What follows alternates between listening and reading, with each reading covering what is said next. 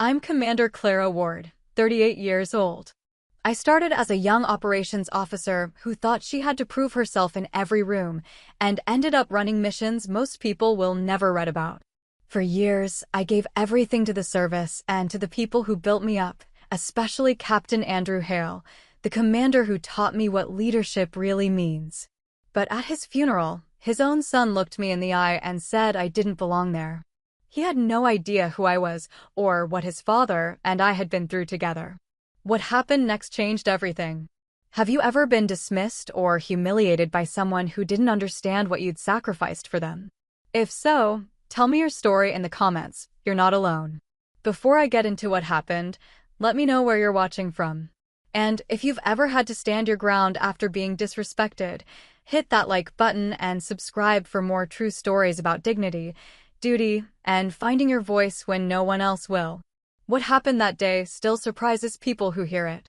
I stand at the back of the chapel in my dress blues, hands clasped in front of me, watching the mahogany casket draped in the American flag. Captain Andrew Hale deserved better than this, a half-filled room on a Tuesday afternoon, most of the attendees checking their phones between hymns. But that's how it goes sometimes. The ones who matter most leave quietly, and the world keeps spinning. I'm not here for the crowd. I'm here for him. The chaplain's voice drones on about service and sacrifice, words I've heard at too many of these ceremonies. I stopped counting after the first dozen funerals. You learn to compartmentalize, to build walls between what you feel and what you show. Captain Hale taught me that, among other things. Joshua Hale sits in the front row, his posture too casual for the occasion. Mid-20s, expensive suit, the kind of watch that costs more than most enlisted personnel make in 6 months. He's been whispering to the woman next to him since the service started, loud enough that I can hear the edge of dismissiveness in his tone even from here. Something about lifers and people who couldn't make it in the real world. I feel my jaw tighten, but I don't move. Around me, other officers shift their weight, uncomfortable. A few glance in my direction brief, assessing looks that tell me they've heard the whispers too. Commander Chin from Intelligence gives me a subtle nod. Major Kaur, who served with both Hale and me overseas, catches my eye and shakes his head slightly. We both know what this is. The son doesn't understand what his father was. After the service, we file into the adjacent hall for the reception. Standard military fare, coffee that tastes like it's been sitting since 0600 hours, store-bought cookies arranged on government-issue plates. I take a position near the wall, observing. It's what I do best. Joshua holds court near the front, accepting condolences with the practiced ease of someone who's done this before at networking events. His mother died years ago. I remember Hale mentioning it once. Cancer. The captain had taken emergency leave, come back 3 weeks later with shadows under his eyes, but his performance undiminished. You must be one of Andrew's colleagues, an older woman says, approaching me. She's got the look of distant family, similar features to Hale, but softened by time and civilian life. Yes, ma'am. Lieutenant Commander Ward. Oh, how lovely. Were you in administration together? The question isn't meant as an insult, but it lands like one anyway. I'm used to it. People see the uniform and make assumptions. Operations, I say simply. That sounds exciting. She pats my arm and moves on, already forgetting the interaction. I watch Joshua work the room. He's good at this, I'll give him that. Firm handshakes, appropriate facial expressions, the right balance of grief and composure. But it's performance, not feeling. I've seen enough combat stress reactions to know the difference between processed emotion and suppressed emotion. This is neither. This is absence. Colonel appears at my elbow. Commander Ward. Ma'am. I straighten slightly. Hell of a thing, she says, her voice low. Losing Hale. Yes, ma'am. You worked with him on the Kandahar operation. It's not a question. Colonel knows exactly what I did with Hale. She has the clearance. Among others, ma'am. She studies me for a moment, then looks toward Joshua. His son seems enthusiastic. That's one word for it.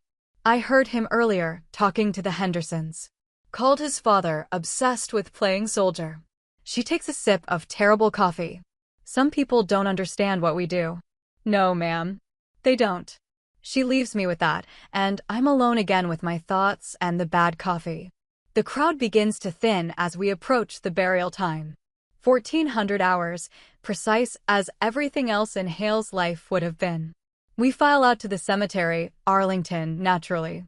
He'd earned it several times over. I maintain my position toward the back of the gathering. The honor guard is already in place, 7 Marines in dress blues standing at perfect attention. The coffin team moves with practiced precision, transferring the casket from the hearse to the supports above the grave. Joshua stands with the family grouping, still checking his phone periodically. Even now, the chaplain, David Rhodes, I remember from the program, begins the committal service. His voice carries across the frozen ground, steady and sure. He's done this too many times too, I can tell. There's a weariness in his tone that only comes from repetition. I focus on the flag draped over the casket, the way it catches the weak afternoon light. Hale would have appreciated the weather cold, clear, no complications. He hated complications. Keep it simple, Ward, he'd told me more than once. Complex plans fall apart under pressure. Simple ones adapt. The rifle volley cracks across the cemetery. 3 volleys, 21 shots total. I don't flinch. Neither does Core, standing a few feet away. The civilians jump every time. Taps begins. I've heard it hundreds of times, but something about this specific rendition cuts deeper. Maybe it's the cold air carrying the notes further. Maybe it's knowing that Hale will never call me into his office again, never ask me to brief him on operations at 0:30, because that's when his brain worked best. The bugler finishes. In the silence that follows, the honor guard begins the flag-folding ceremony. 13 folds, each one precise and deliberate. I know what each fold represents. I memorized them as a junior officer, and they've never left me. The lead Marine completes the final fold and stands with the flag triangle held at chest level. This is the moment where they present it to the next of kin. Usually the spouse. In this case, the son. I shift my weight slightly, preparing to hang back as the ceremony concludes. I have a unit coin in my pocket, Reaper insignia, matte black titanium. I'll place it by the headstone after everyone else leaves. That's the plan. But then something unexpected happens. The honor guard doesn't move toward Joshua.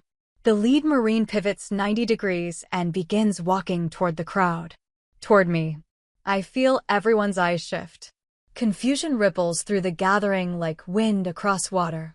The Marine stops directly in front of me. His face is stone, professional, but I see something in his eyes, recognition. Respect. The entire honor guard raises their right hands in perfect synchronization. They salute me. Not the family. Not Joshua. Me. I return the salute automatically, muscle memory overriding my surprise. The moment stretches, crystalline and strange. Then the Marine steps back and the team pivots to face Joshua, presenting him with the flag as protocol demands. But the damage is done. Joshua's face has gone from confusion to something harder to read. The other attendees are whispering. Colonel Ing is smiling slightly, almost imperceptibly. Chaplain Rhodes steps closer to Joshua, leaning in to speak quietly. I can't hear the words from here, but I see Joshua's expression change as the chaplain talks. The color drains from his face. His eyes find me across the small crowd, and for the first time since I arrived, I see something real in them. Fear. Or maybe just understanding of how badly he's miscalculated. Rhodes straightens and steps back. Joshua clutches the folded flag against his chest, but he's not looking at it. He's still staring at me. I hold his gaze for 3 seconds. Then I look away, back to the casket. The rest of the ceremony continues without incident. Prayers, final remarks, the slow dispersal of attendees. I wait until most people have left before I approach the grave. The sun is lower now, casting long shadows across the headstones. I pull the coin from my pocket and kneel, placing it carefully at the base of where the marker will eventually stand. The metal clicks softly against the temporary placard. Fair winds, Captain, I murmur. When I stand, Core is waiting a respectful distance away. That was something, he says as I approach. Sergeant Miller has a long memory. Most of the old guard does. He falls into step beside me as we walk toward the parking area. Joshua looked like he'd seen a ghost. He saw something. I don't elaborate. We reach my car and course stops. You okay, Clara? It's the first time anyone's used my first name all day. I appreciate it more than I can say. I will be. He was proud of you. You know that. I know. Cor nods and walks away. I sit in my car for a long time before starting the engine, watching the cemetery grounds darken as evening approaches. Someone once told me that funerals are for the living, not the dead. Maybe that's true. But sitting here, knowing that Hale is gone and his son thinks military service is playing soldier, I can't help but feel the weight of all the things that will never be said, never be understood by people who've never worn the uniform. The air in the car is cold, but I don't turn on the heat yet. I just sit and remember and let myself feel it. Tomorrow I'll be Commander Ward again, all business and sharp edges. But tonight, just for a few minutes, I'm the young lieutenant who walked into Captain Hale's office 5 years ago, scared and determined and certain she had something to prove. He looked up from his paperwork, studied me for a long moment, then said, "Stop trying to prove yourself, Ward. Just do the work. The rest follows." I believed him then. I believe him now. The dashboard clock reads 16:45. I start the engine and drive back to base, leaving Arlington and its silent stones behind me in the gathering dusk. The memory hits me at 0300 hours, jolting me awake in my quarters. I'm not someone who startles easily anymore, too many nights in combat zones where sudden noises mean incoming, but memories have a way of ambushing you when your defenses are down. Afghanistan. 5 years ago. I was a lieutenant then, 03, 28 years old, and absolutely certain I knew more than I actually did. Captain Hale commanded our Joint Special Operations Detachment, a deliberately vague title that meant we did things that never appeared in official reports. I remember the first time he called me into his office at Forward Operating Base Hammer. The space was technically a modified shipping container, one of dozens arranged in neat rows on the base perimeter. He'd personalized it exactly 0%, no photos, no decorations, just maps and operational documents pinned to corkboards with the kind of precision that suggested he'd used a ruler. "Lieutenant Ward," he'd said without looking up from the tablet he was reading. "Sit." I sat in the folding chair across from his desk, back straight, hands on my knees. "I've been reviewing your file." He set down the tablet. "MIT, Computer Science. Top of your OCS class. Qualified expert on signals intelligence and drone operations." "Yes, sir." "And yet you're here, in a forward base in Kandahar province, coordinating supply runs." It wasn't a question, but I answered anyway. "There was a staffing gap, sir. I filled it." He leaned back in his chair, studying me with eyes that seemed to catalog every detail. "Tell me, Lieutenant. What do you think about our current reconnaissance protocols?" The question surprised me. Officers didn't usually ask lieutenants for strategic opinions. "Sir, we're running standard surveillance patterns. Predictable routes, scheduled intervals. What do you think about that approach?" I hesitated. This felt like a test, but I couldn't determine what the right answer was supposed to be. So I went with honesty. "I think it's inadequate for the current threat environment, sir. The Taliban have had months to learn our patterns. We're giving them our schedule." "Go on." If it were my call, I'd implement variable routing with randomized timing. Use predictive algorithms to identify high-value targets based on communications patterns rather than just grid searches. Let the intelligence drive the surveillance instead of hoping surveillance produces intelligence. He was quiet for a long moment. Then, how long would implementation take? 2 weeks to build the framework. Another week for testing. "But sir, you're just the person I'm assigning to do exactly that." He slid a folder across the desk. "This is a classified operation. Your new call sign is Reaper 0. You'll coordinate all drone and reconnaissance operations for this detachment directly through me. Your supply coordinator duties are reassigned as of now." I stared at the folder, then at him. "Sir, with respect, I've been in theater for 6 weeks. And you've already identified a critical flaw in our operations that my intelligence staff missed." He stood, signaling the meeting was over. "Time and grade matters less than capability, Ward. Don't waste my time proving you can do this. Just do it." I left that container office with my hands shaking slightly, clutching the folder like it might disappear. That was how it started, not with glory or dramatic moments, but with a commanding officer who actually listened and a problem that needed solving. The work consumed me. I built the system from scratch, writing code at odd hours, testing algorithms against historical data, gradually proving that variable patterns and intelligence-driven targeting produced better results than the old grid search methods. The drone operators loved it. They finally felt like they were hunting instead of just watching. 3 months in, we identified a high-value target through communications intercepts. Enemy communications coordinator, someone who'd been on the priority list for over a year. The strike was clean, no collateral damage, textbook execution. Hale called me into his office the next morning. "Good work yesterday," he said. "Thank you, sir. I'm putting you up for a commendation." "That's not necessary, sir. I was just Ward." He cut me off, his voice firm but not harsh. "Take the credit when you've earned it. False modesty is just another form of dishonesty." I didn't know what to say to that, so I said nothing. He pulled out a coin, his personal unit coin, stamped with the detachment insignia. "This is for doing the work without needing recognition. The commendation is for the Navy's records. This is between us." I took the coin, feeling the weight of it in my palm. "I won't let you down, sir." "I know you won't." He returned to his paperwork, dismissing me without another word. That was Hale's management style, direct, economical with praise, absolute in his expectations. He never micromanaged, never second-guessed in public, never tolerated incompetence. But he also never took credit for his team's work, never threw anyone under the bus when things went wrong, never forgot that the people executing his orders were human beings with limits. We lost people under his command. That's inevitable in combat operations.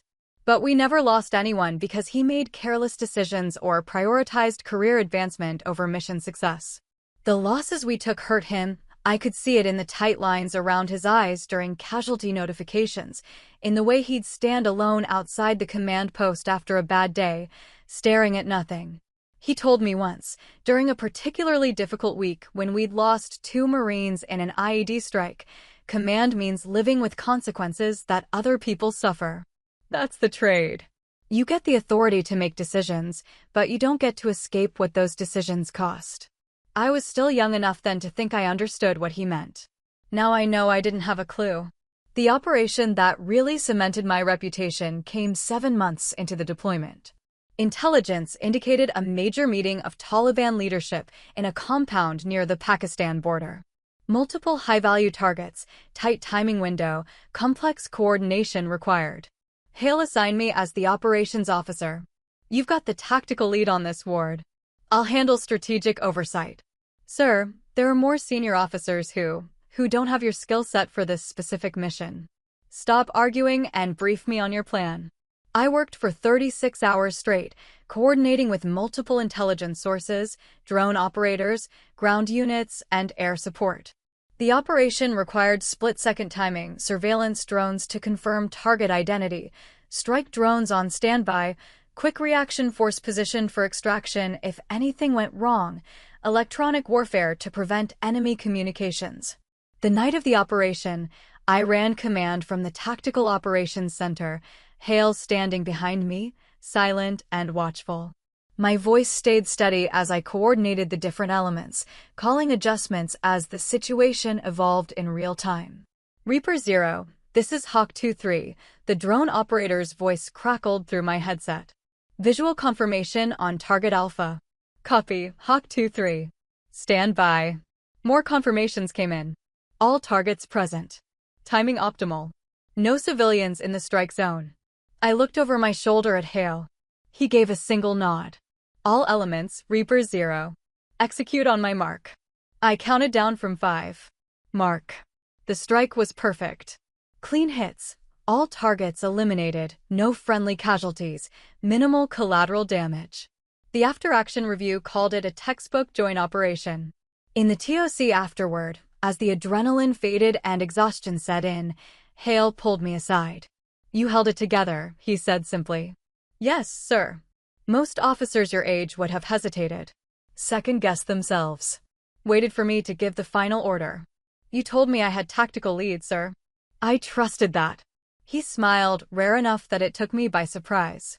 That's the difference, Ward. Trust isn't just about believing someone won't screw up. It's about believing they have the judgment to make hard calls without a safety net. Is that what this was? A test? Everything's a test, Lieutenant. The question is whether you're learning from them. I deployed twice more under Hale's command over the next 3 years. Different theaters, different missions, same fundamental dynamic. He expected excellence, provided support without coddling, and trusted his people to perform. The last time I saw him before his death, he'd just been promoted to Captain 06, the Navy equivalent of a full colonel. We met for coffee at a base in Virginia, both of us between assignments. Heard you made Lieutenant Commander, he said. About time. Thank you, sir. Heard you're taking over the Naval Special Warfare Development Group coordination. Someone has to keep the door kickers from shooting themselves in the foot. He took a sip of coffee. What's next for you? Probably staff work. Maybe a teaching assignment at the War College. He shook his head. Waste of your skills. Sir, you're not a staff officer, Ward. You're an operator. Staff work will bore you stupid inside 6 months. I've been in operations for almost 10 years, sir. Eventually you have to follow your own path instead of some imaginary career timeline. He set down his cup. The military needs people who can think strategically and execute tactically. That's rare. Don't waste it sitting in meetings about PowerPoint formats. What would you suggest, sir? Take a command. Real command, not some administrative position. Find a unit that needs fixing and fix it. You're ready. I wasn't sure I believed him, but I nodded. I'll consider it, sir. Don't consider it. Do it. He checked his watch. I've got a briefing in 20. Stay sharp, Commander. He walked out of the coffee shop, and I never saw him alive again. 6 weeks later, I got the notification. Heart attack in his quarters. 43 years old. Just gone. Now, lying in my quarters at 0330, I stare at the ceiling and think about all the things I should have said. Thank you seems inadequate. You changed my life feels too simple. I wouldn't be here without you puts too much pressure on a mentor relationship that was always more practical than emotional. But the truth is all of those things and more. Hale saw potential in me when I was too green to recognize it in myself. He gave me opportunities that most junior officers never get, and he held me accountable when I screwed up. He taught me that leadership isn't about being liked, it's about being effective, being fair, and being willing to make hard calls when everyone else wants to wait for more information. And his son thinks he was playing soldier. The anger returns, sharp and hot. I force it down through sheer discipline, breathing slowly until my heart rate normalizes. In the darkness of my quarters, I make a decision. I'm going to stay until the end of the funeral service tomorrow. Not for recognition, not to make a point, but because Hale deserves to have people there who actually understood what he did and why it mattered. Joshua can think whatever he wants. The opinion of someone who never served doesn't diminish the reality of his father's service. I close my eyes and try to return to sleep, knowing it probably won't come. My alarm will go off at 0530 regardless. The day will continue, the funeral will happen, and life will move forward. That's the nature of this work. People die. Services are held. Everyone goes back to their duties. But some deaths hit harder than others, and this one is going to take time to process. The clock on my nightstand reads 0345 when I finally drift off, Hale's voice echoing in my memory. Just do the work, Ward. The rest follows. I'm trying, sir. I'm trying. The burial ceremony begins at 1400 hours, precise as a drill movement. I stand with the other officers, maintaining proper position and bearing. The sky is overcast now, threatening rain but not delivering. Appropriate weather for this kind of day. The honor guard has already positioned the casket. 7 Marines, their dress blues immaculate, standing at parade rest in perfect alignment. Sergeant Miller leads them. I recognize him from a joint operation 2 years ago. Good Marine, the kind who remembers everything and everyone. Joshua stands near the front with what's left of the Hale family. A few cousins, an uncle, some people I don't recognize. He's put his phone away at least, though his posture still communicates boredom more than grief. Chaplain Rhodes steps forward to begin the committal. His voice carries authority without volume, the kind of projection that comes from years of speaking over wind and distance. I've heard him before at other funerals. He's one of the good ones. He actually knew Hale, served with him on 2 deployments. We commit the body of Captain Andrew Hale to its final resting place. Rhodes begins. The words are liturgical, but he delivers them with genuine feeling. A faithful servant, a dedicated officer, a man who understood that service means sacrifice. I watched Joshua's face. Nothing. No reaction. The rifle team steps forward. Their movements are synchronized, weapons raised in unison. The first volley cracks across the cemetery, sharp and final. Some of the civilians flinch. Joshua doesn't, I'll give him that much. The second volley. The third. 21 shots total, the smell of gunpowder drifting on the cold air. Taps begins. The single trumpet, plaintive and clear. I've heard this song more times than I can count, but it never gets easier. There's something about those specific notes that cuts through whatever walls you've built. I keep my face neutral, my posture correct. This is not the time or place to break down. The flag team moves forward to begin the folding ceremony. 13 folds, each one executed with deliberate care. I know the symbolism: life, eternal life, the American people. The triangular shape representing the tricorn hats of the Revolution. Details that most civilians never learn. The lead Marine completes the final fold. He holds the flag at chest level, standing at attention. This is the moment where protocol is clear: present the flag to the next of kin. But Sergeant Miller doesn't turn toward Joshua. He pivots toward the assembled officers. Toward me. My stomach drops slightly. This isn't standard. This isn't. Miller's eyes lock onto mine. There's recognition there, something beyond simple military courtesy. He begins walking in my direction, his steps measured and precise. The crowd notices. I can feel attention shifting, confusion rippling through the gathering. Colonel Ing, standing 3 positions to my left, goes very still. Miller stops directly in front of me. The other 6 Marines pivot as one to face me as well. 7 right hands rise in perfect synchronization. They salute me. I return the salute automatically, muscle memory overriding the surprise flooding my system. My arm rises, hand to brow, holding the position as protocol demands. 3 seconds that feel like 30. Miller lowers his hand. The rest of the team follows. They pivot back toward Joshua, and Miller approaches with the flag, presenting it in the traditional manner. On behalf of the President of the United States Navy, and a grateful nation, please accept this flag as a symbol of our appreciation for your loved one's honorable and faithful service. Joshua takes the flag, but his attention isn't on it. He's staring at me, his face pale. Chaplain Rhodes moves closer to Joshua, leaning in to speak quietly. I can't hear the words from here, but I see Joshua's expression shift from confusion to something harder to define. His grip on the flag tightens. Rhodes straightens and steps back. Joshua continues staring at me, and now there's something like comprehension dawning in his eyes. Or maybe fear. Hard to tell from this distance. I hold his gaze for a moment, then deliberately look away. Back to the casket, back to why we're all actually here. The ceremony continues. More prayers, final blessings, the formal conclusion. People begin to disperse slowly, breaking into small clusters of conversation. Several officers approach Joshua to offer final condolences. He goes through the motions, shaking hands, accepting sympathy, but his attention keeps drifting back to me. I wait until most of the crowd has thinned before approaching the grave. It's almost 1500 hours now. The groundskeeper is waiting at a respectful distance, ready to complete his work once we're all gone. I kneel beside the casket support, pulling the unit coin from my pocket. Reaper insignia, matte black titanium, edges worn from years of carrying it. Hale gave me this coin after the operation near the Pakistan border. I've carried it through 3 deployments, through promotions and transfers and all the chaos that comes with military life. I place it carefully at the base of the temporary marker. The metal clinks softly against the ground.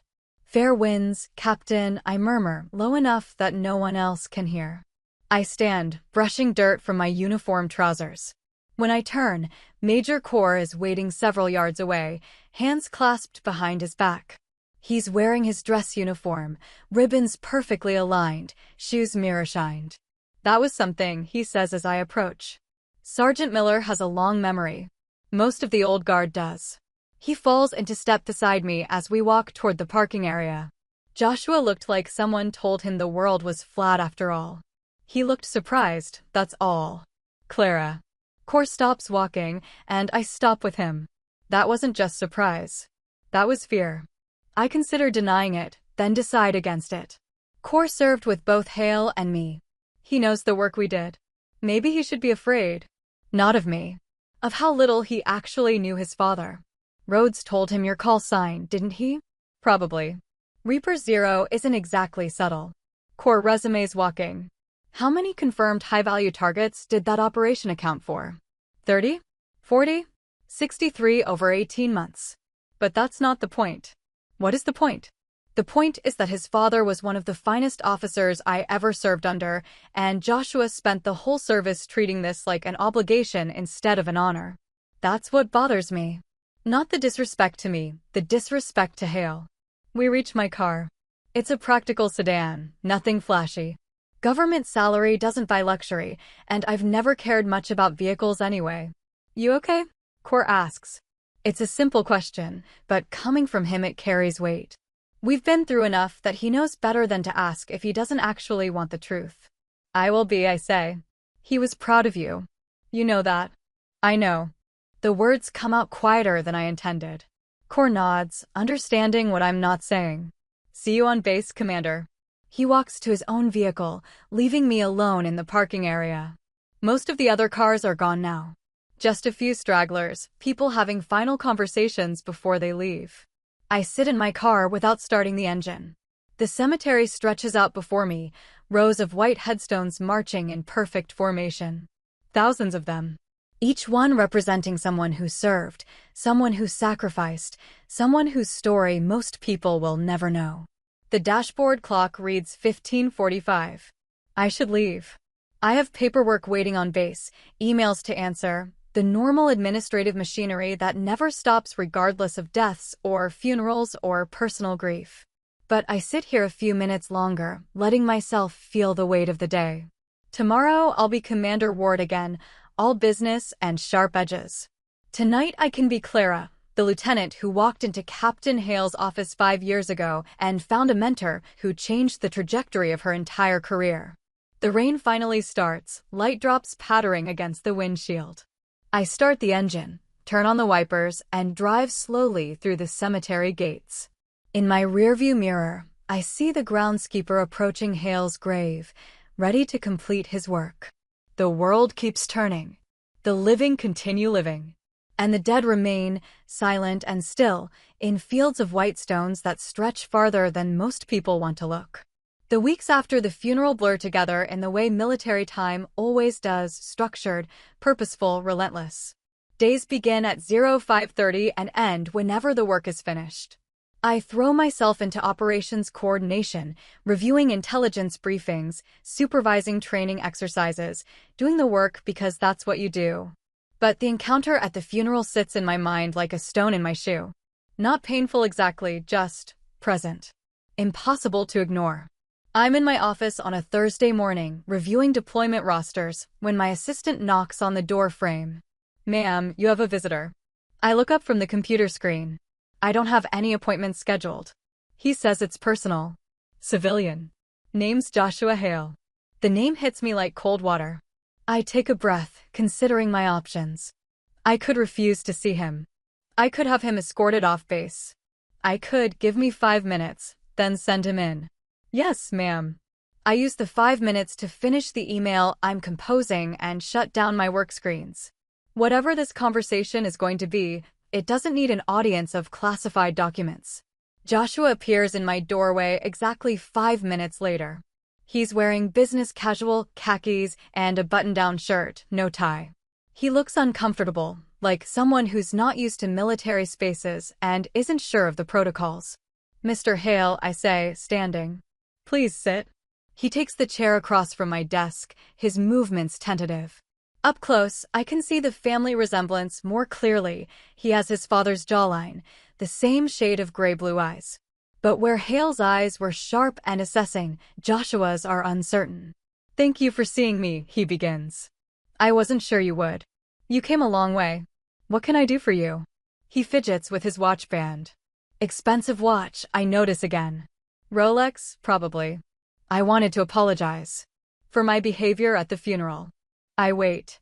Silence is often more effective than questions. "I didn't understand who you were," he continues. "What you did with my father. The chaplain, he told me some things. And I did some research afterward." He pauses. "Reaper Zero. That's you. That was a call sign I used during specific operations, yes. The articles I found were all heavily redacted. But the pieces that weren't redacted." He trails off. "You ran counterterrorism operations. High-value target elimination. You are kind of a big deal." I don't respond to that.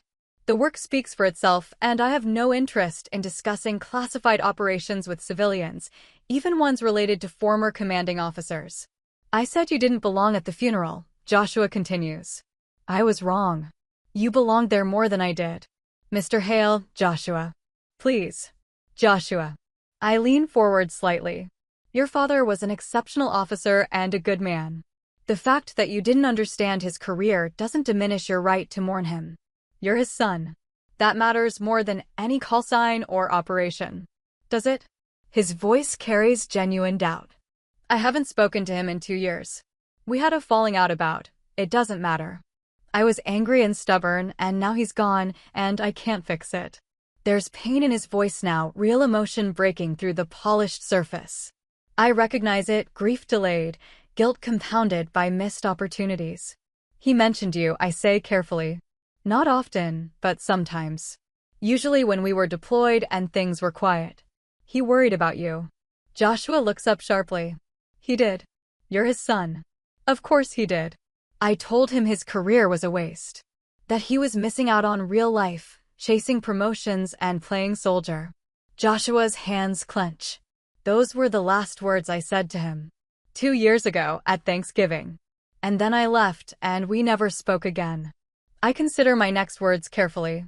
This isn't my role. I'm not a chaplain or a counselor. But I knew Hale, and Joshua clearly needs something I might be able to provide. "Your father understood that civilian and military perspectives don't always align," I say. "He didn't expect everyone to agree with his choices. What he expected was honest communication and mutual respect. You disagreed with him, that's allowed. The silence after is what he would have regretted." "I regret it too." Joshua's voice is quiet. "I spent 2 years being stubborn and proud, and now it's too late." "Yes, it is. I don't soften it. There's no point in false comfort. But you can choose what you do with that regret. You can let it consume you, or you can let it teach you something about the cost of pride." He nods slowly. "The Marines who saluted you. That was because of your rank." "No. That was personal recognition. Sergeant Miller served on operations where I was the tactical officer. The salute was an acknowledgement of shared experience. My father trusted you with important missions. He trusted his entire team. I was just one part of that. The chaplain said you were his protege. That he saw you as the future of special operations coordination. I hadn't known that. The information lands heavier than I expect. Your father believed in developing talent. He did that for a lot of officers. But you were special. I was effective. That's what mattered to him." Joshua stands, and I stand with him. He extends his hand. "Thank you for seeing me, Commander Ward. And thank you for being there for my father when I wasn't." I shake his hand. His grip is firm, more confident than when he arrived. He would have wanted reconciliation between you two. "I'm sorry you didn't get that chance." "So am I." I walk him to the door of my office. As he's about to leave, he turns back. "Did he ever talk about me? About what he hoped for me?" The question is vulnerable in a way that catches me off guard. I think back through years of conversations, trying to find something genuine to offer. Once, I say, "We were in Afghanistan, waiting for an operation to launch. He mentioned that you were smart, that you had good instincts for business. He said you reminded him of himself at your age, ambitious, impatient, certain the world would conform to your vision if you just pushed hard enough. He said that. Yes. And then he said he hoped you'd learn faster than he did that the world doesn't conform. You have to adapt to it. Joshua absorbs this. Thank you.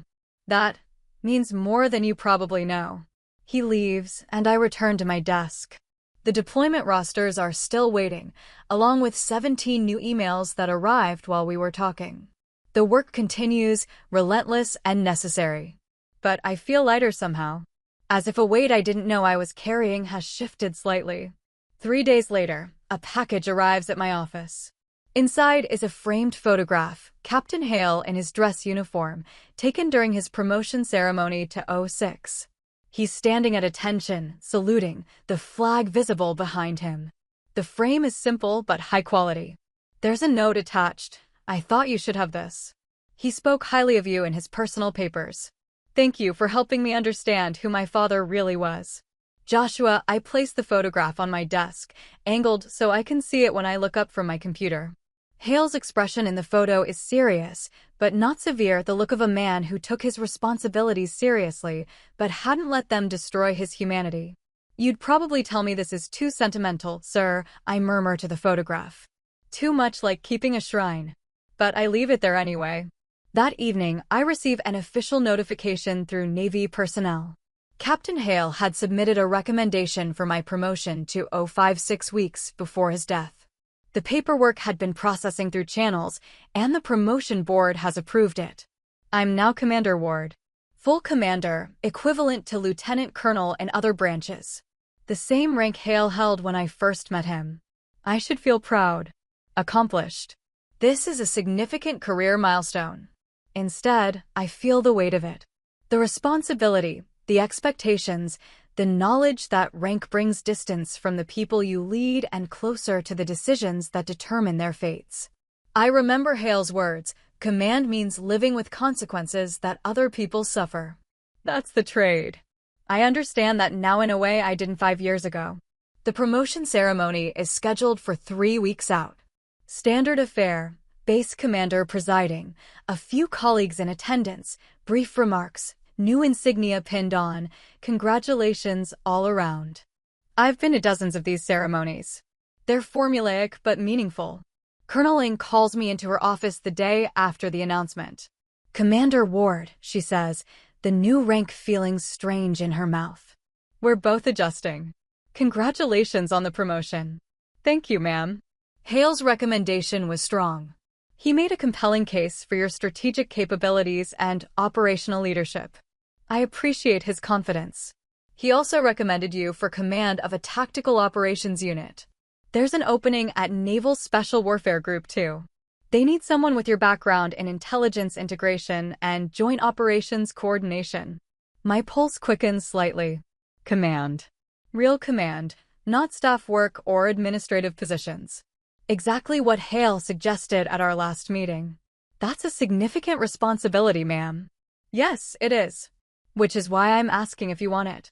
This isn't a direct order, it's an opportunity. You can continue in your current track, potentially move to a teaching position at the War College, or you can take command and all the challenges that come with it.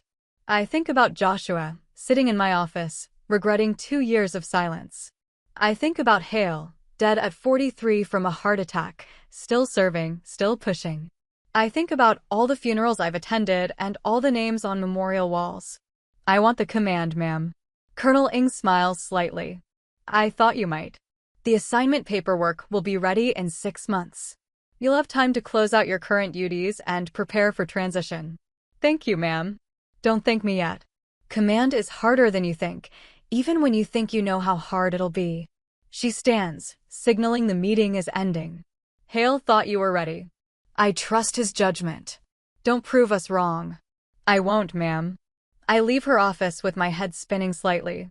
6 months. New command. The work Hale trained me for, finally coming to fruition. That night, alone in my quarters, I pull out the unit coin Hale gave me years ago. The one I retrieved from his grave after placing my own coin there. The metal is worn smooth in places from years of him carrying it, and now years of me doing the same. I think about the path that led me here, from a green lieutenant who thought she knew everything to a commander who knows just enough to understand how much she doesn't know. From someone trying to prove herself to someone just trying to do the work. Hale would probably say something pragmatic right now. Something about not overthinking it, about taking the opportunity and executing effectively. But Hale isn't here. So I sit with the coin in my hand, feeling its weight, and make a private promise to the memory of a man who saw potential in me before I saw it in myself. I'll take the command. I'll do the work. And I'll try to lead the way he led, with integrity, competence, and the understanding that rank is responsibility, not privilege. The coin glints in the dim light of my quarters. I slip it back into my pocket, where it's lived for years. Tomorrow the work continues. Emails, briefings, training schedules, the endless machinery of military operations. But tonight, just for a moment, I let myself feel something like pride mixed with grief mixed with determination. It's a complicated emotion, but then again, military service is built on complicated emotions. You learn to carry them all, and you keep moving forward. That's what Hale taught me. That's what I'll remember. The promotion ceremony takes place on a cold morning in early November. The base parade ground is pristine, the flag snapping in a sharp wind that cuts through dress uniforms like they're made of paper. I stand at attention in front of Colonel Ng while about 30 people watch from folding chairs arranged in neat rows. Standard ceremony. Ng reads the promotion order, emphasizing my service record and the recommendation from Captain Hale. Someone in the crowd, Major Corps, I think, started the applause at Hale's name, and others joined in. A moment of recognition for a man who isn't here to see the result of his mentorship. Ng pins the new insignia on my collar. Commander 05. For stripes instead of 3. A subtle change that carries significant weight. Congratulations, Commander Ward, she says formally. Thank you, ma'am. The ceremony concludes with the national anthem and a reception in the officers' club. People approach with congratulations, handshakes, the usual pleasantries that accompany these events. I'm polite, professional, present but not particularly engaged. My mind is already 6 months ahead, thinking about the command assignment, the unit I'll be leading, the challenges waiting. Chaplain Rhodes finds me near the refreshment table, both of us holding paper cups of mediocre coffee. Commander, he says warmly. Well deserved. Thank you, Chaplain. I wanted to tell you something. He lowers his voice slightly.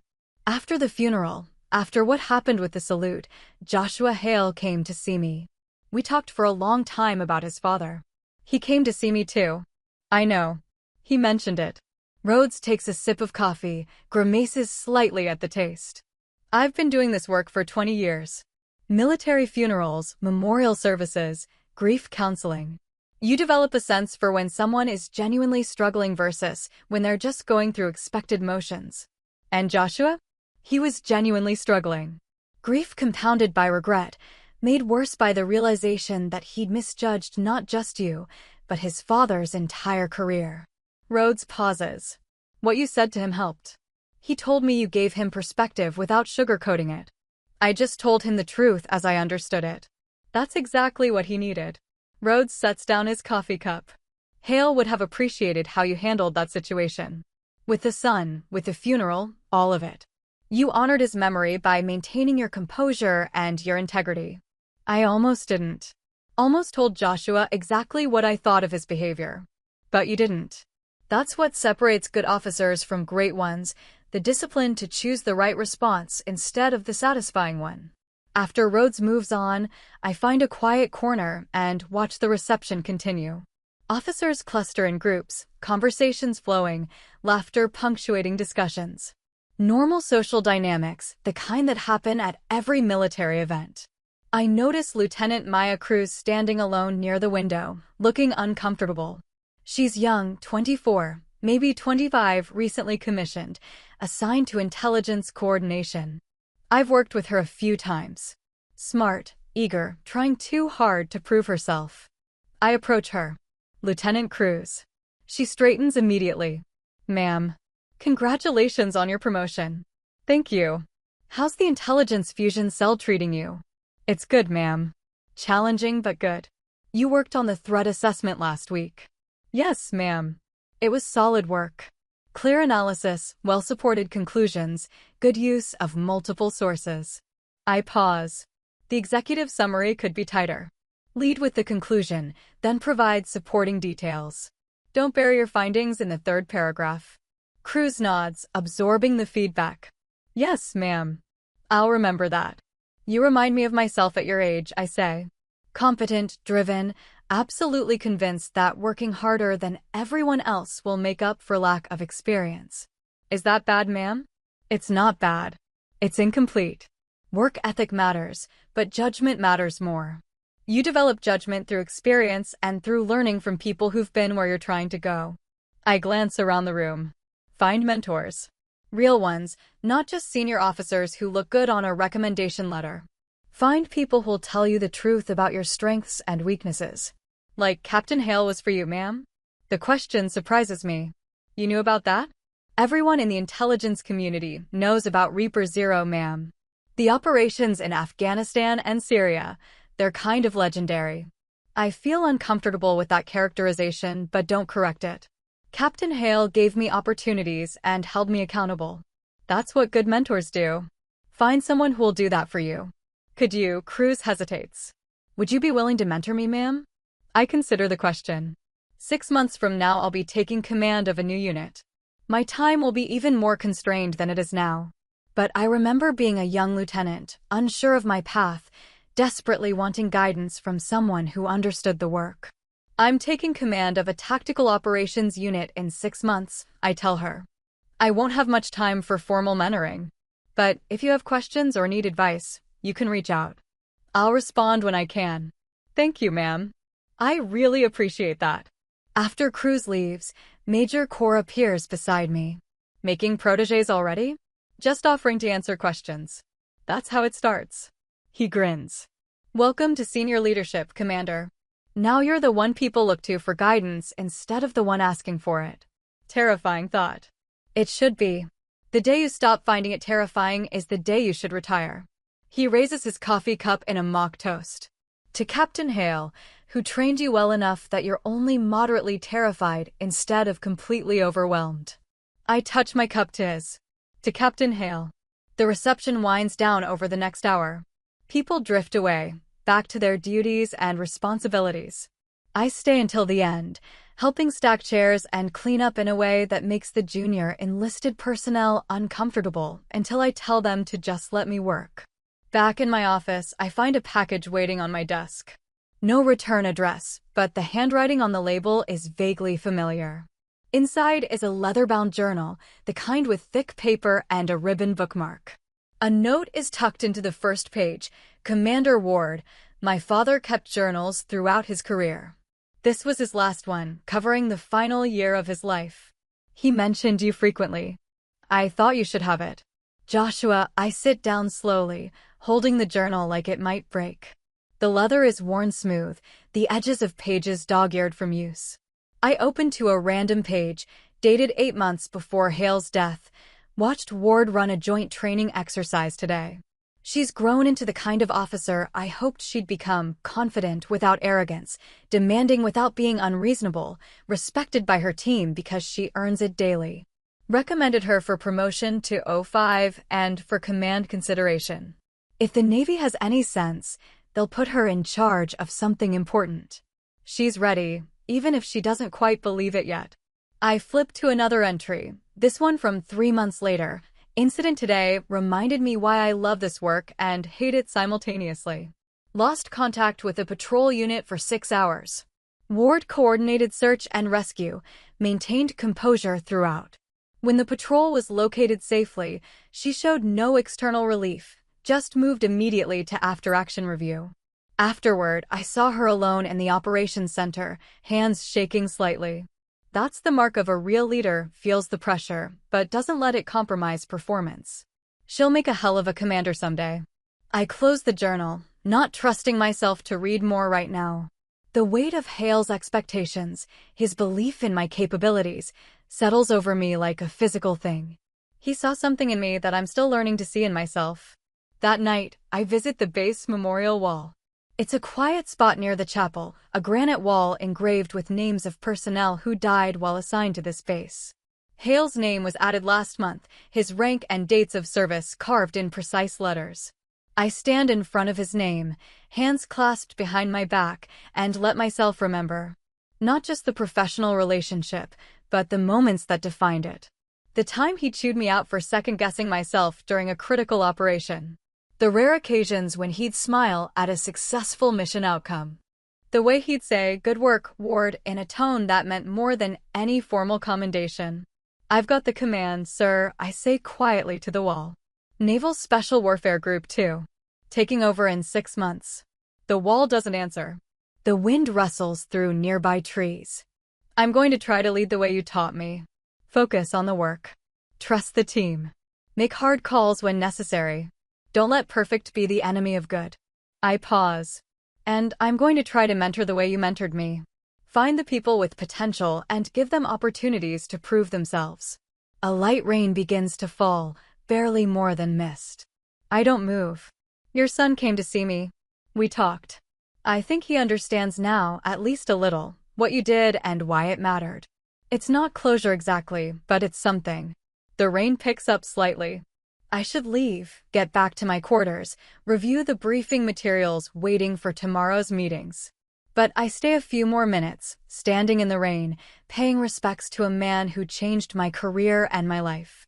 Finally, I step back and salute. Sharp, precise, held for 3 seconds exactly. Then I turn and walk back toward the main base, rain soaking into my uniform, carrying Hale's journal under my arm like a sacred text. Tomorrow the work continues. Command preparation, operational planning, team coordination, the endless requirements of military service. But tonight I've taken a moment to honor the past before stepping fully into the future. It's what Hale would have wanted. It's what I need to do. The rain falls harder now, washing the world clean, and I walk through it without hurrying, letting it soak me to the skin. Some ceremonies need witnesses and formal structure. Others happen alone, in the rain, with only memory and gratitude as participants. Both kinds matter. Both kinds count. 6 months pass in a blur of preparation and transition. I complete my current assignment, brief my replacement, coordinate the transfer of responsibilities. The bureaucratic machinery of the Navy processes my command assignment with typical efficiency, mountains of paperwork, security clearances, background checks, medical evaluations, endless forms requiring signatures and initials. The unit I'm taking over, Tactical Operations Coordination Element, Naval Special Warfare Group 2, is a hybrid beast. Intelligence coordination, operational planning, liaison between conventional and special operations forces. Exactly the kind of complex, high-stakes work that Hale trained me for. I spend weeks studying the unit's history, recent operations, personnel files. 38 people total, mix of officers and enlisted, with specialties ranging from signals intelligence to maritime operations to cyber warfare. They've been without permanent leadership for 4 months, operating under acting command while the Navy searched for the right fit. The outgoing acting commander, Lieutenant Commander Stevens, briefs me during a 3-day handover. He's competent, but clearly relieved to return to his regular duties. They're a good team, he tells me on the final day of transition.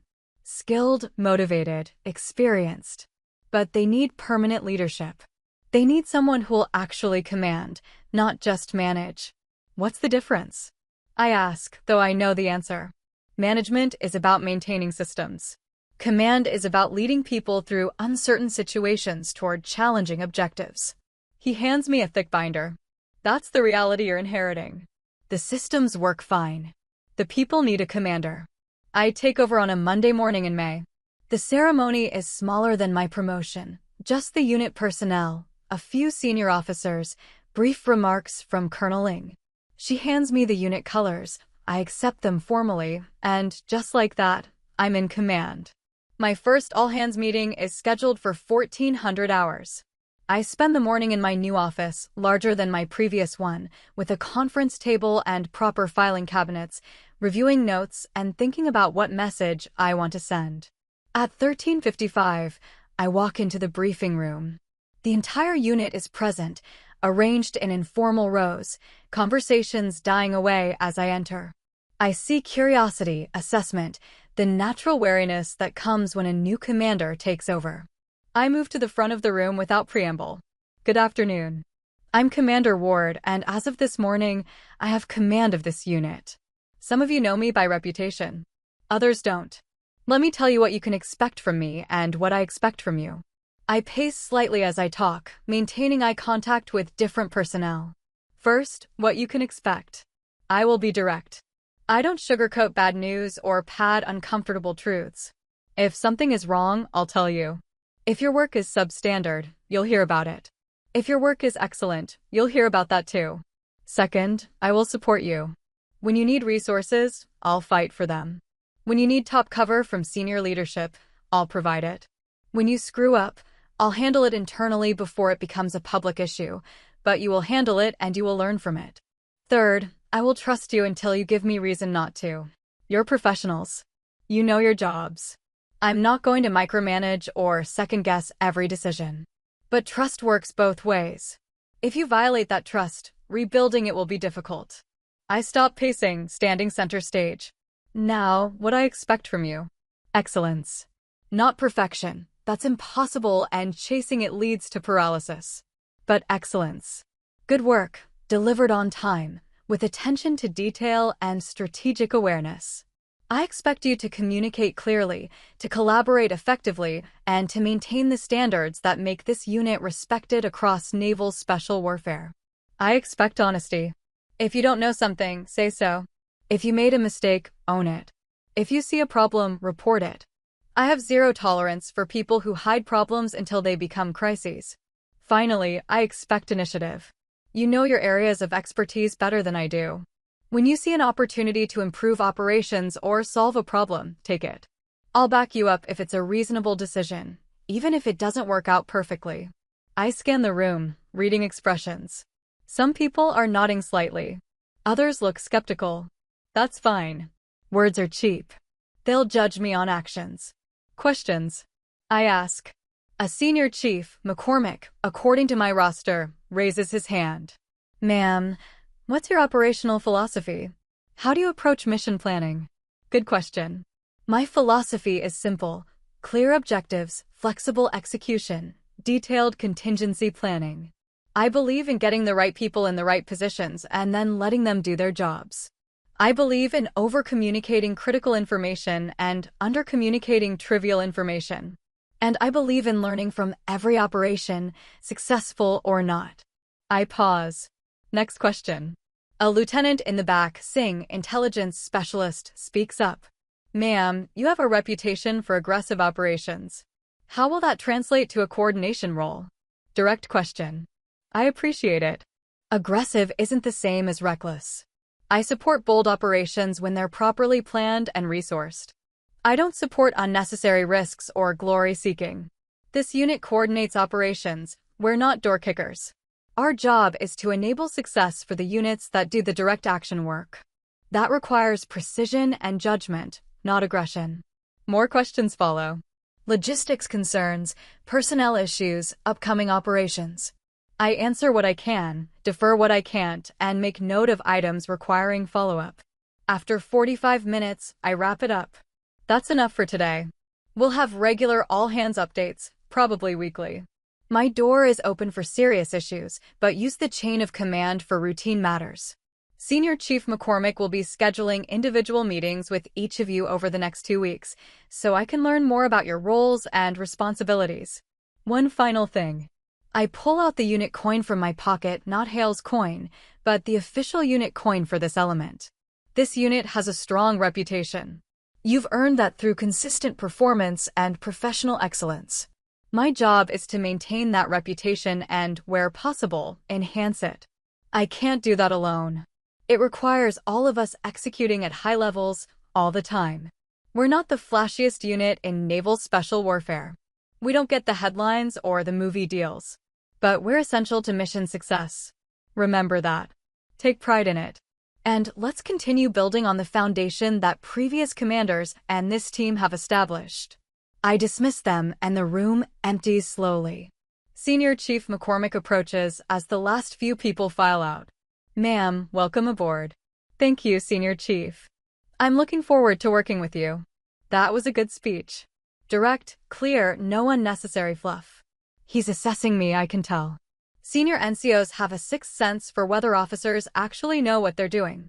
The team appreciated it. Good. Because now comes the hard part, actually delivering on those words. He grins slightly. Yes, ma'am. That's usually how it works. Over the next weeks, I settle into command. Individual meetings with each team member, reviewing ongoing operations, identifying gaps and inefficiencies, building relationships with adjacent units and higher headquarters. It's exhausting. Command is different from every other job I've had, the weight of responsibility, the constant decision-making, the awareness that 38 people are depending on my leadership. I think about Hale constantly during this period. How he handled difficult personnel issues. How he balanced mission requirements against resource constraints.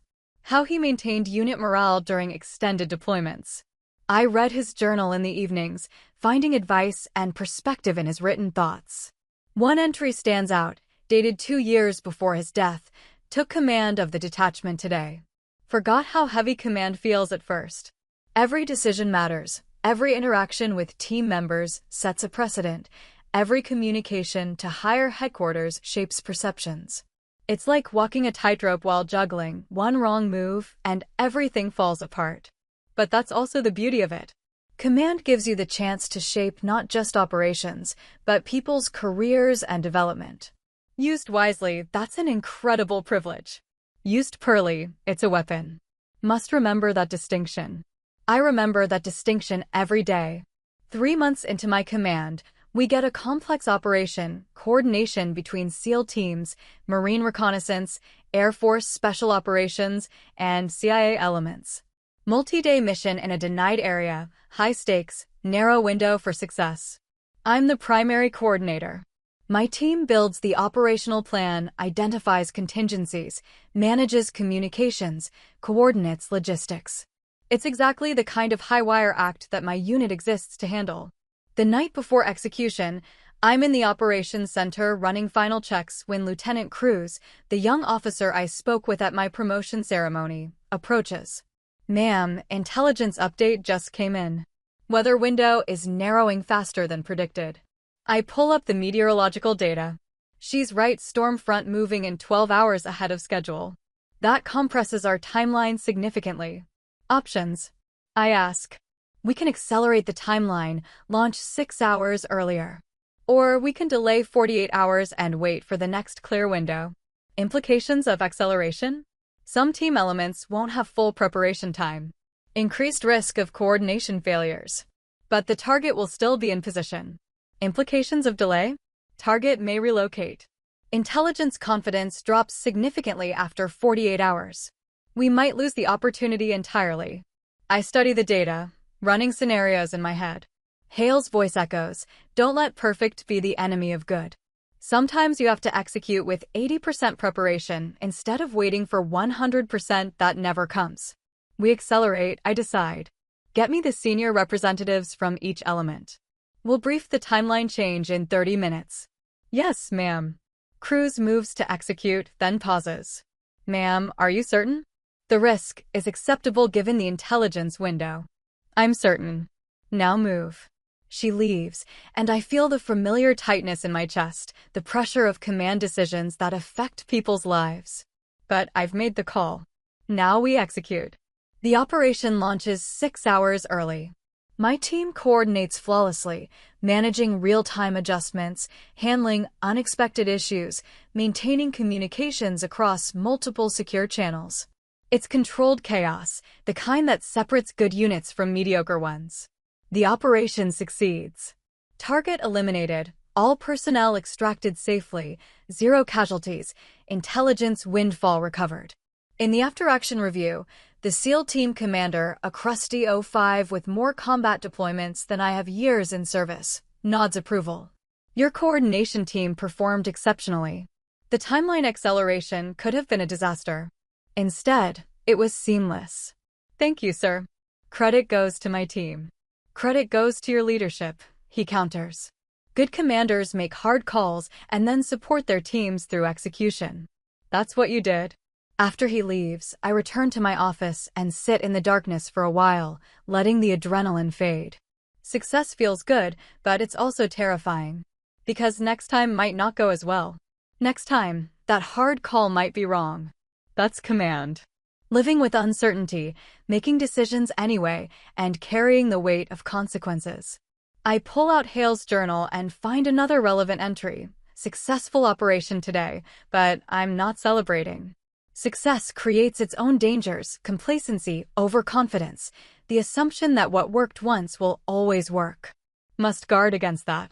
Stay humble, stay critical, keep learning. The moment you think you've mastered this job is the moment you become dangerous to your team. I take that wisdom to heart. The operation succeeded, but there were rough edges. Communication delays that could have been shorter. Resource allocation that could have been more efficient. My own decision-making process that could have been faster. I make notes on improvements, schedule a lessons learned session with the team, and begin planning how we'll incorporate these insights into future operations. The work never ends. There's always another operation, another challenge, another opportunity to either succeed or fail. But I'm ready for it. Hale trained me well. And now I'm training others, passing forward the lessons I learned, building the next generation of tactical coordinators who'll eventually take over when I move on. That's how this works. Succession, mentorship, the long game of developing people and capabilities. I'm not just commanding a unit anymore. I'm building a legacy. And that, I realize, is exactly what Hale did for me. The cycle continues, and I'm part of it now in a way I never was before. It's terrifying and exhilarating in equal measure. Just the way it should be. 18 months into command, I'm asked to speak at the Naval Special Warfare Officer Basic Course. I almost decline. Public speaking isn't my strength, and leaving my unit for a seminar feels indulgent. But Colonel pushes me. Part of senior leadership is passing knowledge to the next generation, she says. So I accept. The seminar is at Coronado, West Coast sunshine replacing Virginia humidity. 30 junior officers sit before me, fresh-faced and certain they understand the world. I remember being exactly that young. My presentation is practical, real scenarios, decision points, lessons learned. No war stories or glory-seeking, just honest truth about what the job entails. A young ensign asks how I handle fear during operations. Honest question, honest answer. You don't get used to fear. You learn to function despite it. Fear reminds you that consequences matter, that people depend on you. The day you stop feeling fear is the day you've lost touch with reality. I tell her about training, preparation, trust. About accepting that you can make the best decision and still have things go wrong. You control your process, not outcomes. Another officer asks about work-life balance. There isn't much. Operations don't respect schedules. Crises happen at 0200 hours. If that's unacceptable, I tell them, consider a different path. There's no shame in choosing a life with normal relationships and predictable hours. But if you choose this, understand what you're signing up for. After the seminar, a lieutenant commander asks me to review curriculum materials for a new joint operations module. I hesitate, more time away from my unit, but then I think about Hale, how he invested in younger officers even when stretched thin. How that investment changed my trajectory. Send me the materials, I say. Flying back to Virginia, I think about legacy. Hale affected hundreds of careers through steady investment in people who showed potential. I'm trying to do the same, command effectively, develop my team, contribute to training. Not for recognition, but because someone did it for me. Back at base, Senior Chief McCormick greets me with messages. Normal operations, the team handling everything competently. Lieutenant Cruz finished her quarterly intelligence assessment, thorough, well-reasoned, significantly better than 18 months ago. Growth through mentorship, exactly what should happen.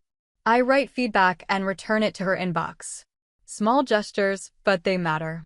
I remember every note Hale wrote on my work. The months continue with successes and setbacks. Command is exactly as Hale described, constant problem-solving, balancing priorities, making decisions with imperfect information. But it's also rewarding. Watching team members grow, seeing operations succeed, knowing my decisions enable others to complete missions safely. One evening, I receive an email from Joshua Hale. We've exchanged brief messages over 2 years, but this is longer. He's established a scholarship fund in his father's name at the Naval Academy for midshipmen interested in special operations.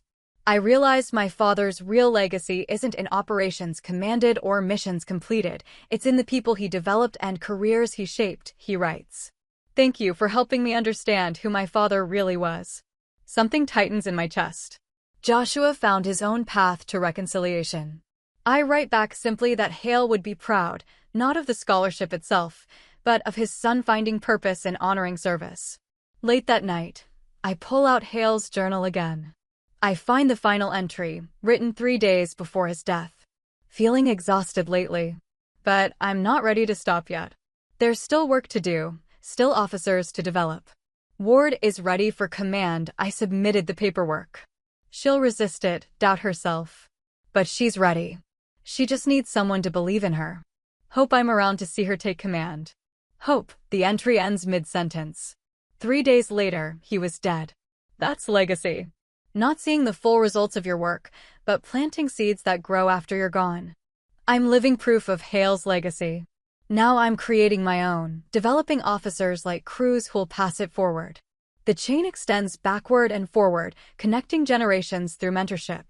I'm just one link, but I'm determined to be a strong one. On a perfect spring morning, I watch Lieutenant Maya Cruz get promoted to Lieutenant Commander and Deputy Commander of my unit.